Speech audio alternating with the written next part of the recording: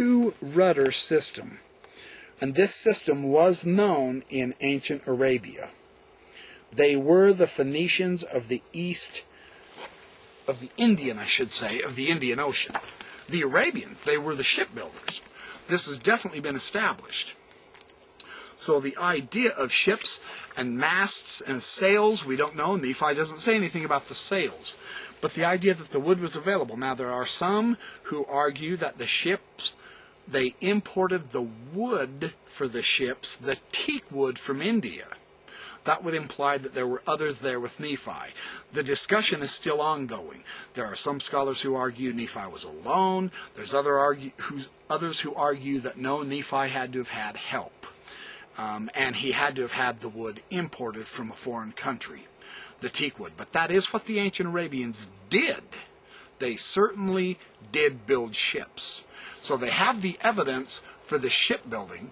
They have the evidence at Khor Karfat that it was certainly an area that would have supported them physically. The caves up above the plain have wild honey in them. There's millions of flowers with a huge honey buildup in the caves that the Arabians to this day harvest. Their Arab guide told them that. So the wild honey, the various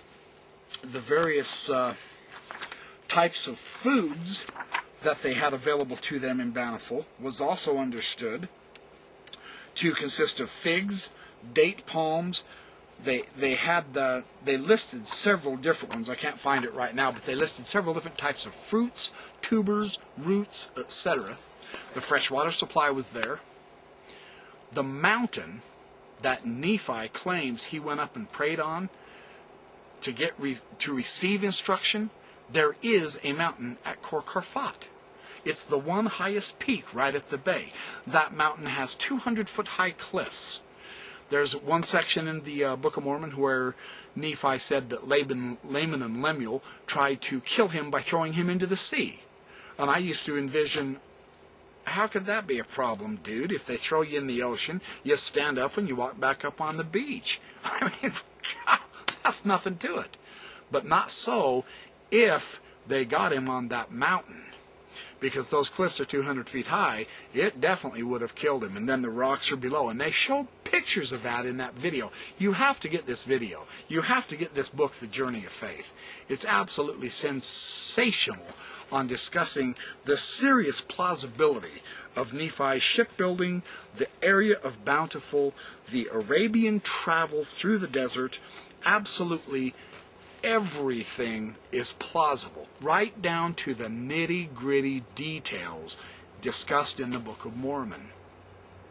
I haven't found where any of the details are missing that we can't account for in the record, and I can't find any contradictions. Now, I can find differences between the scholars saying, no, the bay is Khor Rori. And another scholar would say, no, it's Khor Karfat. That's what fits the evidence.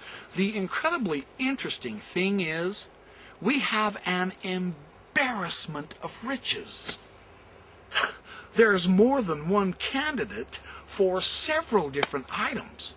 The Valley of Lemuel is still disputed, but there are valleys 3 days' journey from the Gulf of Aqaba that fit the description. So it's not like there's something contradicted. There is so much available to us that we don't know which one to pick. Now that's an astonishing series of events that have happened this last 20 years with the Book of Mormon record. In that book, 1 Nephi. Go back and reread that record. It is an astonishing thing. Hugh Nibley, of course, in his book Lehi in the Desert, brought the Book of Mormon Arabic aspects to all of our attentions with his wonderful research. And all he was doing was reading about the explorers. He never did get to visit Saudi Arabia and travel that ancient frankincense trail. Now we have many people doing that. And what they are finding is incredibly interesting. Linguistically, with the Lehi, which I want to explore, with Iriantum, the many waters, which I want to explore, the names of the people, the names of the places, Shazer, Nahum, everything is becoming accounted for. Everything. It's 100% plausible. That's staggering. That's really impressive, in my opinion. If the critics want to try to refute this information, let you guys go to Saudi Arabia and show us how there's any contradictions. The Book of Mormon did not say we went due east from Shazer. It waited till Nahum.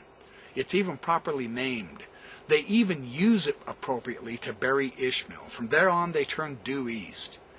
And then on the same parallel latitude, they run across Bountiful. Why don't you show us how the coast of Oman is all sand and flat and barren instead of what these explorers are showing us? I mean, if you're going to refute it, you have to go there and show us how we're all wrong. We've got it on video, and we've got it with thousands of pictures, and now they're publishing them in books and journal articles and all that. So we've got the evidence, and it couldn't be stronger. We will refine the evidence. There's much more work to be done, and the neat thing is it's being planned. It really is being planned.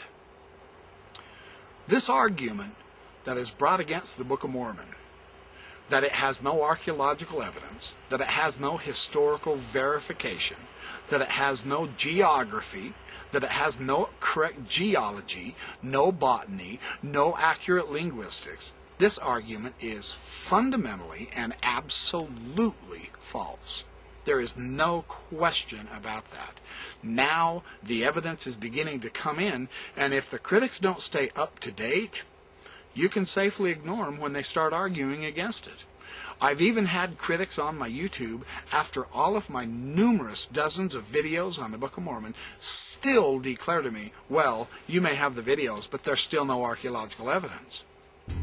If you're that determined to stay in the dark, have at it, but I'm not going to be convinced by your arguments. Sorry. I'm studying the scientists, I'm studying the religious people, I'm studying the guides and the archaeologists and the botanists and the linguists, and it's all turning out in favor of the Book of Mormon now.